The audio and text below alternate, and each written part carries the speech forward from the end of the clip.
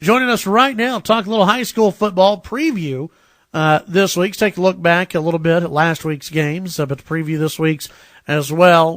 We are visiting with Stephen Orr, West Texas, the co-host of the West Texas Friday Night Scoreboard show on our sister station, 1340 The Fan. Stephen, what's going on? Good morning, Chad. How are you? Well, we're wrapping up football season. I can't believe it. I can't. When I talked to you earlier, I could not believe that we were already at the end of the season. We're in week 10. Next week is the last week of the regular season. Then we move on into the playoffs, and a lot of playoff pictures are really starting to clear up for us a little bit as we move forward. When we start, let's talk about District 2 of 6A. That's Amarillo High, Tascosa, Monterey, Coronado, and Friendship. And really, this one is pretty much all but sealed up. Lubbock Coronado will be playing Friendship tomorrow night. Coronado is 0-3 in district play. They sit at the bottom of that district, and they wrap up their season tomorrow night as this will be their 10th game. They take on Friendship, who's sitting there at 2-0, tied with Amarillo High at the top of the district. Really, the big game in the district, though, is Hell Week up in Amarillo, with Amarillo High taking on Amarillo Tascosa. They after Amarillo moved back up into the largest classification, this moved back into a district contest.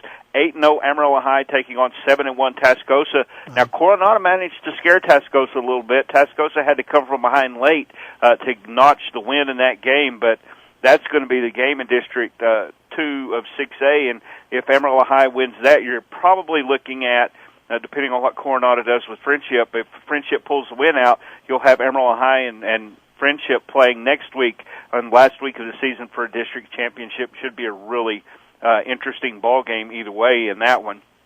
We drop down into District 4 of 5A. Lubbock Cooper wraps up their season tomorrow night as they take on Abilene Cooper down in Abilene, and the Pirates come into the game 7-2, 3-0 in district. Abilene Cooper is sitting at 2-6 overall, 1-1 in district play.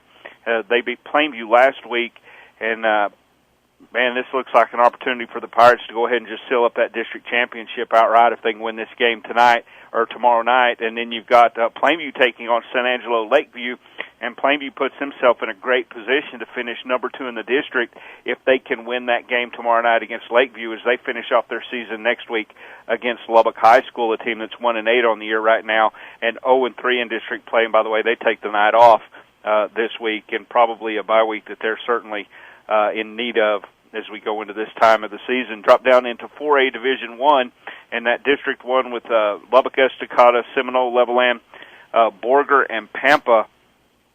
And Estacada will travel down to the Wigwam to take on the Indians of Seminole.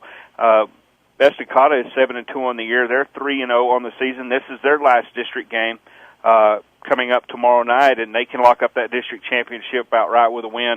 Seminole has never beaten Lubbock Estacada. Of course, they've only played twice before, but both of those have been lopsided victories for Estacada, so I think Seminole has a bit of an uphill battle there. Borger and Pampa playing. Levelland takes the night off. Levelland sitting at 1-2 and really kind of sitting on the outside looking in at the playoffs, but they did beat Borger, so we'll see how Borger can finish up. But that's the two teams we're going to have to keep an eye on in the playoff race there. You drop down into 3A Division 1, and Littlefield and Muleshoe playing lesser opponents, in my opinion, kind of tonight, as you've got Littlefield taking on Freona. Muleshoe hosts Dimmitt, and neither one of those teams, I think, have a chance. If that plays out like I think it will, then we're looking at a Muleshoe-Littlefield matchup for district championship next year, as both of those teams will be undefeated in district play. In District 2 of 3A Division 1, Brownfield and Shallowater. That's a big ball game in district play this week as Shallowater travels down to Brownfield. Shallowater comes in at 7-1, 3-0 in district. Brownfield 5-3 on the year, 3-0 in district play, and they have played really well up to this point. And I think this could end up being your district champion, as both of the teams, Shallowater and takes on Tornillo next week, and Brownfield takes on Kermit, and those are two teams that are sitting at the bottom of the district standings in District 2 of 3A Division 1. Drop down to District 1 of 3A Division 2, and Idalou and Lubbock Roosevelt playing. Roosevelt goes up and plays Amarillo Highland Park a team that struggled. These teams kind of mirror each other in a lot of ways. They're both 5-3 on the year. Roosevelt's still looking for their first district win. Highland Park has won one district game. Both of the teams are offensive-minded. They like to throw the ball, but they've struggled in district, so that's going to be a pretty interesting game. You've got Idalou going up into the Panhandle to take on Sanford Fritch. Fritch is 1-7 on the year, 0-3 in district play, and I think the Wildcats probably come home with a win in that one. And then they'll take on, next week, they'll take on the Spearman Lynx. Spearman plays Tulia. Spearman is 8-0 on the year, 3-0 in district. And I don't know, though. Tulia Hornets are 5-3. They're 2-1. They can give Spearman a challenge, but Spearman has been really tough, and I kind of anticipate another district championship game next Friday night when the Lynx and the Wildcats face off in that ball game. You get down to District 2 of 2A Division 1. The Abernathy Antelopes lead that district. They're 8-0. 3-0 in district play. They're tied with Floydada, who's 5-3 and 3-0 in district play. Difference is Floydada is playing their hardest two games of district. The next two is they've got Abernathy this week, and then they'll go out of that and play New Deal next week.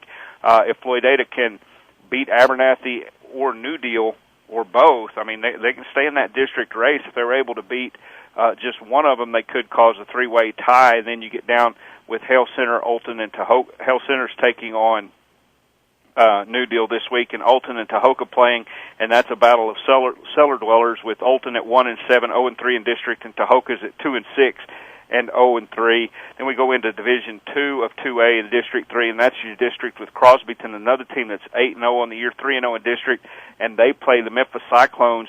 Memphis is 3-5, but they're 2-1 in district, and the thing is, they pulled off an upset last week against the Quanah Indians, 20-19, and so this is a game that Crosbyton needs to pay attention to and not look past, because Memphis has improved as they go through the year, and they could be a surprise team sitting there and waiting on Crosbyton. Then we go down to District 4, and that's the district with Seagraves, Smyer, Sundown, Morton, and Plains. And Seagraves is 8-0 on the year, 2-0 in district play. They're playing Smyer in Seagraves, and Smyer is finishing up their season tomorrow night, and I'm afraid that's going to end up a loss. They're 4-5, but they're 2-1 in district.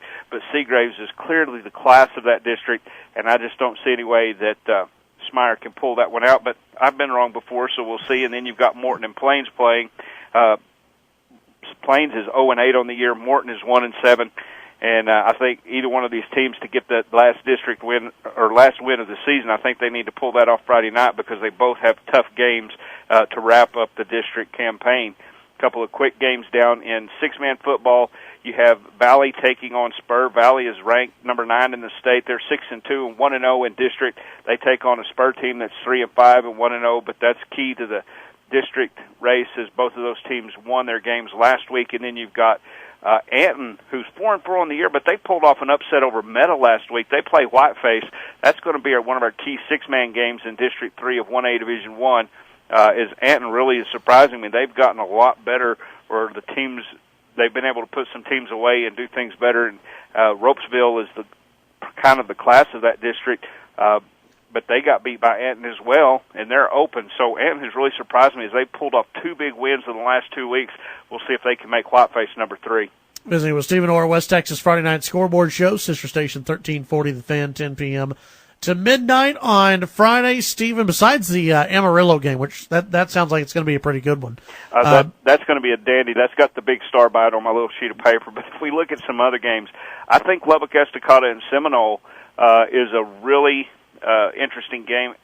Estacada always has a game sometime during the year where they stub their toe. Now, they may not lose, but they haven't had that yet this year that I'm aware of, that I've seen really. Can they avoid it and finish their season up in strong fashion? That should be a good game. Probably the best game left on my sheet of paper has Shallowater and Brownfield. Brownfield is playing really well. They were set back early in the year with a key loss due to some off-the-field issues, but they've got a freshman quarterback that's maturing, that's growing. They're pretty effective on offense. They play physical defense, and Shallowater has just been Shallowater. I mean, they're playing good, tough football, but that should be an outstanding football game. And then when you go down to six-man again, I want to see Anton and Whiteface play, because I think that's going to be a really good ball game as well. All right, lots of good games out there. Maybe take a light jacket. You never know. It might get a little chilly out there if a cold front comes through. Stephen Orr, West Texas Friday Night Scoreboard Show, 10 p.m. to midnight on our sister station, 1340 The Fan. You can listen to it on the Radio Pup app as well if you're driving around, or just tune into them on various other radio stations across West Texas. Stephen, talk to you next week, the final week of the regular season. You bet, Chad. I can't believe it, but thank you so much. We always appreciate coming on. Absolutely. That's Stephen Orr, West Texas Friday Night Scoreboard Show. Stephen, we'll see you next week. All righty.